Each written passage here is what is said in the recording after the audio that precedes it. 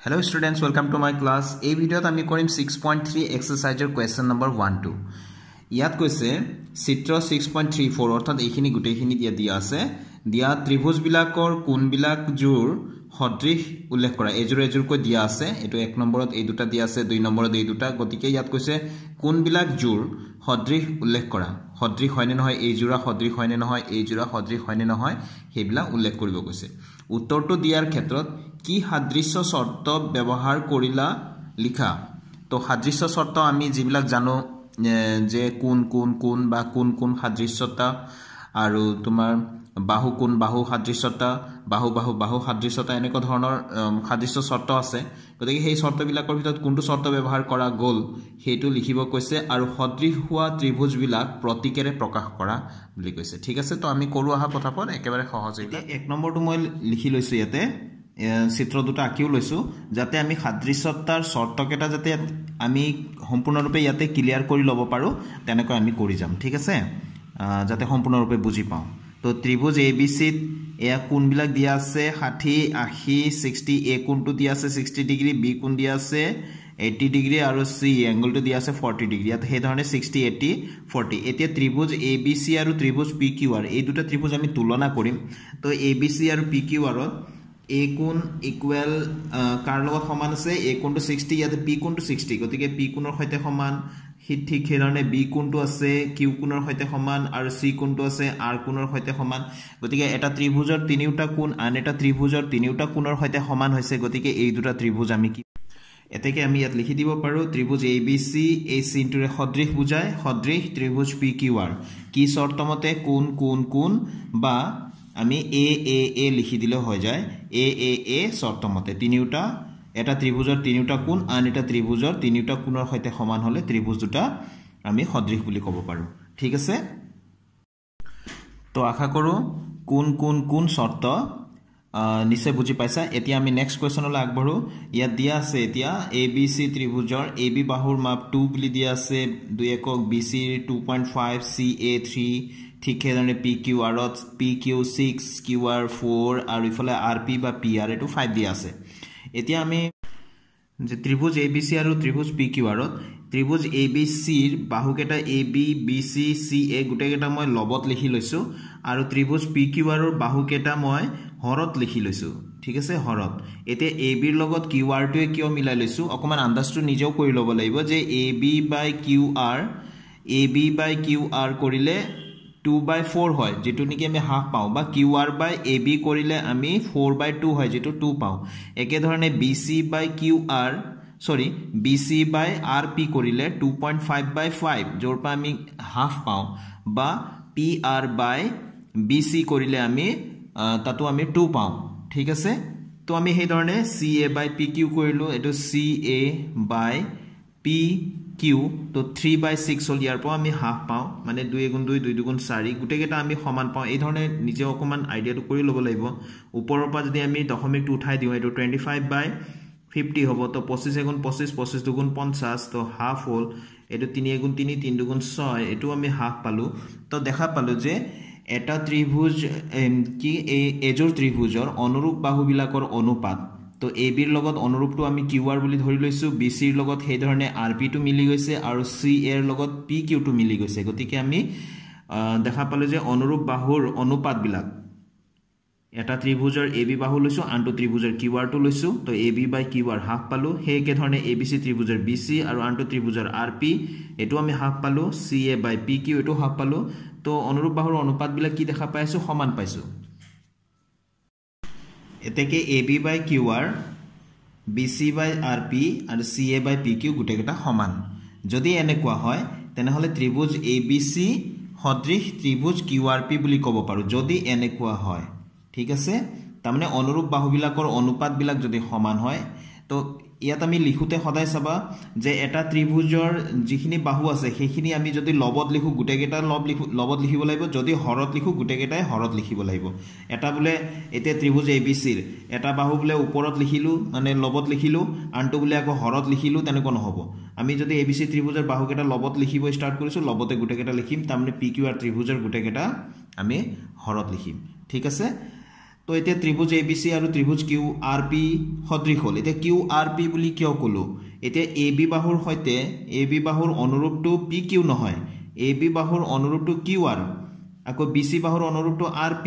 তো ইয়াতে ABC যদি কওঁ ABC ত্ৰিভুজ যদি বুলি কওঁ ইয়াতে QR এটো P ত্ৰিভুজ হৈ আছে হয়নে গতিকে তামনে A শীৰ্ষবিন্দুৰ সৈতে A শীৰ্ষবিন্দুৰ সৈতে Q টো মিলি আছে B শীৰ্ষবিন্দুৰ সৈতে R টো মিলি আছে তামনে অনুৰূপ বুলি যেটো কোৱা যায় যে আৰু C শীৰ্ষবিন্দুৰ সৈতে P টো মিলি আছে সোৱাচোন 2.5 ইয়াতো এয়া 4 এটো 5 তাৰ পিছত এটো 3 গৈছে এটো 6 ৰ ফালে আহিছে হয়নে তো এটো ABC ত্ৰিভুজ যদি বুলি কওঁ তেনেহলে এই ত্ৰিভুজটো কি বুলি ক'ব লাগিব PQR ত্ৰিভুজ বুলি ক'লে আমাৰ ভুল হ'ব আমি ক'ব লাগিব QRP এয়া QRP ঠিক আছে এই ত্ৰিভুজটো যদি আমি ABC বুলি কওঁ আমি এটো কি ক'ব লাগিব QRP কাৰণ A টো হৈ গল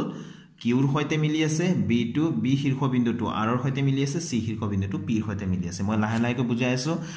যাতে তোমালোকৰ ইয়াতে সাদৃশ্যতাৰ শৰ্তকেটা যাতে ক্লিয়াৰ হৈ যায় আমাৰ শৰ্তকেটা কি কি আমি এতিয়া আলোচনা কৰিলো প্ৰথমটো আমি আলোচনা কৰিলো ট্ৰিপল A অৰ্থাৎ কোন শৰ্ত আৰু এবাৰ আমি আলোচনা কৰিছো এটো কি শৰ্তটো কাৰণ এটা ত্ৰিভুজৰ তিনিটা বাহু আন এটা ত্ৰিভুজৰ তিনিটা বাহুৰ সৈতে তুলনা কৰি থকা হৈছে ইয়াতে গতিকে এটোক আমি কম বাহু শৰ্ত বা শৰ্ত বা আমি ইংৰাজীত যদি কওঁ SSS এটো শৰ্ত ঠিক আছে সাদৃশ্যতাৰ শৰ্ত মতে এই দুটা ত্ৰিভুজ সদৃশ এতিয়া আমি 3 নম্বৰ জোড়াটোক চাও ইয়াত দিয়া আছে এয়া দেখি পাই আছে ঠিক LMP আৰু ত্ৰিভুজ আনটো ত্ৰিভুজ হৈছে DEF নিশ্চয় দেখা পাই আছে ইয়াত এতিয়া ভালকৈ লক্ষ্য কৰিবা এটো 2.7 দিয়া আছে LM2 আৰু MP2 দিয়া আছে 2 এফালে PL2 দিয়া আছে 3 এফালে DE4 EF2 5 আৰু FD2 আছে 6 এতে ঠিক আছে এটো 2 দি আমি এই 4 ক ডিভাইড কৰিব পাৰো কিমান হ'ব 2 দি 4 ক ডিভাইড কৰিলে 2 এই 3 ৰে আমি 6 ক ডিভাইড কৰিব পাৰো 3 ৰে 6 ঘৰণ কৰিলে তাতো আমি পাম 2 তো 2 ৰে 4 ঘৰণ কৰিলে 2 পালো 3 ৰে 6 ঘৰণ কৰিলে 2 পালো কিন্তু এটো 2.7 ৰে আমি 5 ক আমি হৰণ কৰিব নোৱাৰো হয়নে 2.7 ৰে আমি 5 ক হৰণ কৰিলে বা আমি কি নাপাও 2 নাপাও আগতে আমি 2 ৰে 4 হৰণ কৰিলে 2 পাও 3 ৰে 6 হৰণ কৰিলে 2 পাও কিন্তু 2.7 ৰে 5 ক হৰণ কৰিলে আমি 2 নাপাও 2 হলে দুটা অনুপাতটো সমান হল তৃতীয় অনুপাতটো সমান নহল গতিকে এটো এই দুটা ত্ৰিভুজক আমি সদৃশ বুলি আমি ক'ব নোৱাৰিম এই জোড়া ত্ৰিভুজক আমি সদৃশ বুলি ক'ব নোৱাৰিম গতিকে এই দুটা নেক্সট জোড়াত আমি যাও ইয়াত দিয়া আছে MNL ত্ৰিভুজ এটা আছে আৰু এটা আছে PQR ত্ৰিভুজ তো ইয়াতে এই কোণটো 70 ডিগ্ৰী দেখাই আছে ইয়াতো 70 ডিগ্ৰী দেখাই আছে M কোণটো ইয়াত 70 ডিগ্ৰী দেখাই আছে নিশ্চয় দেখি আছা তাৰপিছত ইফালে Q কোণটো 70 ডিগ্ৰী দিয়া আছে আৰু এই কোণৰ দুইফালে থকা বাহু মান দিয়া আছে এফালেও এই কোণটোৰ দুইফালে থকা বাহুৰ মান দিয়া আছে এতিয়া এনে আন্দাজত যদি কোৱা যায় ইয়াত এটা শুধৰণী তোমালোকে কৰি লবা তোমালোকৰ কিতাপতো যদি এই বাহুটো PQ বাহুটোৰ মান যদি 6 আছে তেনেহলে ইয়াক এটা কাৰেকচন কৰি লবা এটো প্ৰিন্টিং মিস্টেক হৈছে ইয়াতে প্ৰিন্টিং মিস্টেকটো এটো হ'ব লাগিছিল আসলে 5 তোমালোকে এটো 5 কৰি দিবা ঠিক আছে ইয়াত যদি 6 আছে তোমালোকে কি কৰি পেলাবা 5 এতিয়া আমি চাও MN by PQ মানে 2.5 by 5 ইকুয়াল টু আমাৰ হাফ পাম 1/2 একেদৰে ML by QR মানে 5/10 হলেও আমি হাফ পাই আছো আৰু মাজৰ কোণ দুটাও সমান হৈ আছে গতিকে এটোক আমি কি ধৰণে লিখো চাও আহাচোন তো তেনেহলে মই চিত্ৰ দুটা আঁকি ললো যেনেকৈ দিয়া আছে তেনেকৈ তাৰ ত্ৰিভুজ MNL বুলি কলো MNL আৰু ত্ৰিভুজ PQR বুলি কলো এটো PQR আৰু এটো দুইটাই কোণ দিয়া আছে 70 ডিগ্ৰী সমান তো MN by PQ অৰ্থাৎ 2.5 by 5 অৰ্থাৎ 2.5 টুক আমি 25 by তলত আমি 50 কৰিব পাৰো 25 গুণ 25 25 গুণ 50 এটো হাফ পালো 5 গুণ 5 5 গুণ 10 এটো আমি হাফ পালো তো আমি কি দেখিলো যে কোণ দুটা সমান আৰু কোণ দুটাৰ দুইফালে থকা বাহু দুটাৰ হিয়তৰ অনুৰূপ বাহুৰ সৈতে কৰা অনুপাতটো সমান পালো তাৰমানে MN by PQ কৰিলো আৰু ইফালে ML by QR কৰিলো তো এই দুটা সমান পালো নহয় জানো তো কি দেখা পালো MN by PQ সমান ML by QR তো শর্তটোক আমি কওঁ বাহু এটো বাহু কোণ বাহু শর্ত মতে এই দুটা ত্রিভুজক আমি সদৃশ বুলি ক'ব পাৰো তো এতেকে ত্রিভুজ এটুক যদি আমি কও MNL তেনহলে আমি এটুক ক'ব লাগিব QPR তো ত্রিভুজ MNL যদি কও তেনহলে এটো দুইটাতে M আছে দেখিছা দুটা M গতিকে দুটা M ৰ পৰা এটা M ললো MNL এটো সদৃশ এটো দুটা Q আছে গতিকে এটো Q টু প্ৰথমতে লিখিম এটো এটা মই কায়দা কৈছো আৰু Q আৰু P R এই দুটা ত্ৰিভুজ সদৃশ হ'ব কি শৰ্ত মতে এনেকুৱা শৰ্তক ভালকৈ মন কৰা দুটা বাহুৰ মাপ দিয়া আছে আৰু হিহঁতৰ মাজৰ কোণ দিয়া আছে তো এনেকুৱা যদি বাহুৰ অনুৰূপ বাহুৰ অনুপাত বিলা সমান হয় আৰু কোণ দুটাও যদি সমান হয় এনেকুৱা শর্ত কি বুলি কম আমি তেনহলে বাহু কোণ বাহু শর্ত মতে বা কু বা মানে এই এতিয়া আমি পঞ্চম জোড়া ত্রিভুজ চাই আছো ইয়াতে ত্রিভুজ ABC দিয়া আছে আৰু ত্ৰিভুজ DEF বুলি ধৰি লোৱা এটো তো ইয়াতে AB ৰ মান দিয়া আছে আৰু BC বাহুৰ মাপও দিয়া আছে AB ৰ মান দিয়া আছে 2.5 BC বাহুৰ মাপ দিয়া আছে 3 এতে এইটো ত্ৰিভুজত চাও ইয়াতে দিয়া আছে FE ৰ মান দিয়া আছে 6 FD ৰ মান দিয়া আছে 5 ঠিক আছে এটো এতিয়া যদি আমি 3 ৰে 6 ঘৰণ কৰো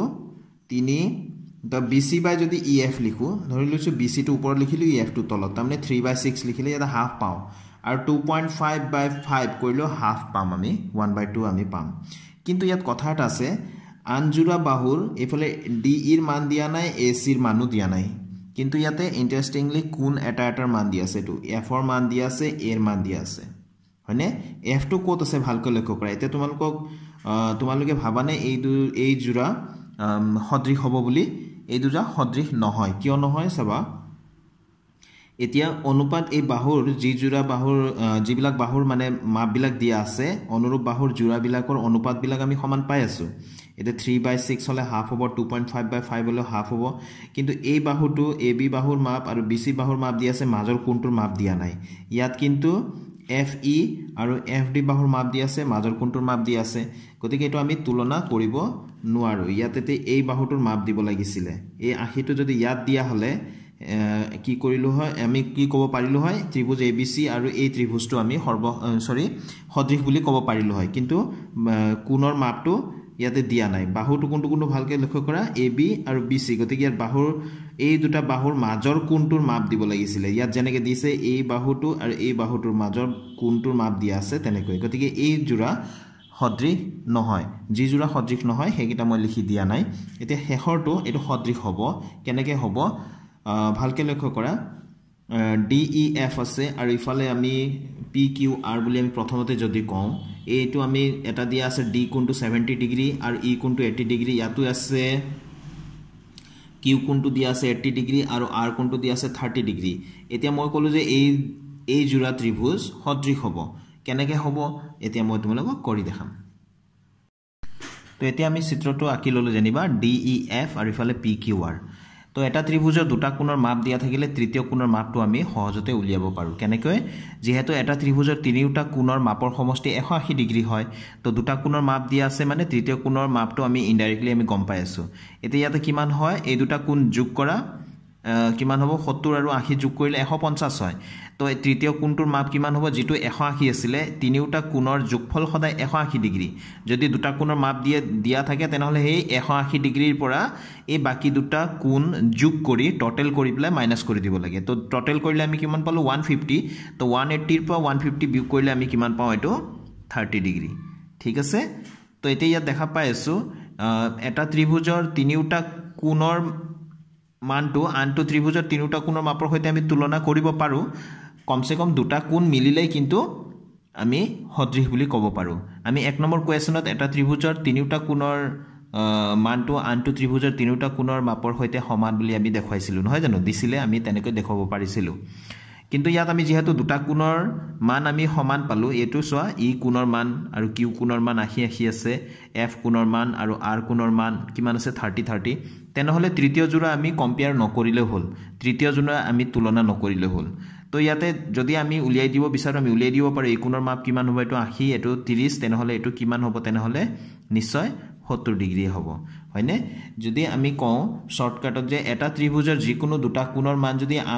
আনটো ত্ৰিভুজৰ যিকোনো দুটা কোণৰ মাপৰ সৈতে সমান হয় তেনেহলে এ শৰ্তমতে ত্ৰিভুজ দুটা সদৃশ হ'ব এতিয়া যদি কওঁ ত্ৰিভুজ DEF ৰ ডি কোণৰ মানটো আমি সমান কিমান পালো পি কোণৰ মানৰ সৈতে সমান ঠিক আছে আকৌ ইয়াতে ই কোণৰ মাপটো আমি কিমান পালো কিউ কোণৰ মাপৰ সৈতে ঠিক আছে এটো 70 এটো 70 এটো 80 এটো 80 তো তৃতীয় জোড়া আমি কি তুলনা নকৰিলেও হল মই আগতে কৈছো আকৌ কৈছো তৃতীয় জোড়া আমি তুলনা নকৰিলেও হল দুজোড়া আমি যদি সমান বুলি দেখাব পাৰো তেনেহলে আমি ডাইৰেক্ট আমি লিখি দিলে হল DEF ত্রিভুজ এতেকে ত্রিভুজ DEF সদৃশ ত্রিভুজ PQR হ'ব কি শর্তমতে এটো আমি তিনিটা এ নিলিখি প্লাই দুটা এ লিখিলে হল এ বা কোন শর্তমতে এ শর্তমতে এ মানে কি কোন দুটা কোণ এটা ত্ৰিভুজৰ দুটা কোণ আনটো ত্ৰিভুজৰ দুটা কোণৰ সৈতে সমান হলে আমি সদৃশ বুলি ক'ব পাৰো তো একেটা আছিল সাদৃশ্যতাৰ শৰ্তকেটা আমি কোৱেশ্চন নম্বৰ 1 2 কৰোতে ইয়াতে বুজি ললো নিশ্চয় তোমালোকে বুজি পাইছা মই অকমান বহলাই আলোচনা কৰাৰ কাৰণটো এইটো যাতে পিছৰ কোৱেশ্চন কেটা যাতে আলোচনা কৰোতে তোমালোকে সাদৃশ্যতাৰ শৰ্তকেটা যাতে ভালকে